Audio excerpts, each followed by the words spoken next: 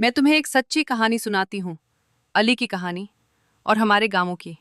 हवा कुछ यूं कि अली अपने बाबा के साथ अलीगढ़ में रहता था।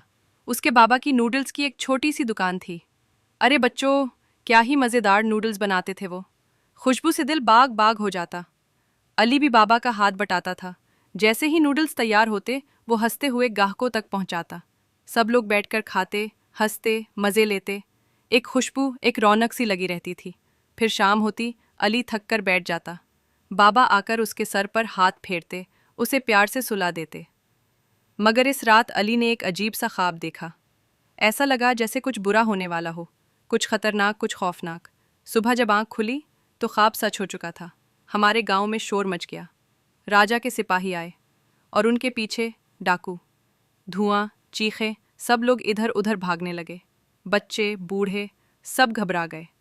लेकिन अली डरा नहीं। उसने कहा, नहीं, ये हमारा गांव है, हम इसको अकेला नहीं छोड़ेंगे। फिर क्या था, पूरा गांव एक हो गया। बूढ़े, जवान, बच्चे, सब ने मिलकर डाकुओं का मुकाबला किया। डंडे, लाठियां, हिम्मत और हौसला लेकर हम सब लड़े। और बच्चों, आखिरकार डाकू भाग गए। हमारा गांव फिर से हंसने लगा। नूडल्स की खुशबू फिर से फिजा में फैल गई और दिलों में सुकून आ गया। जानते हो बच्चों, गांव के बच्चे कम चीज़ों में खुश रहना सीखते हैं।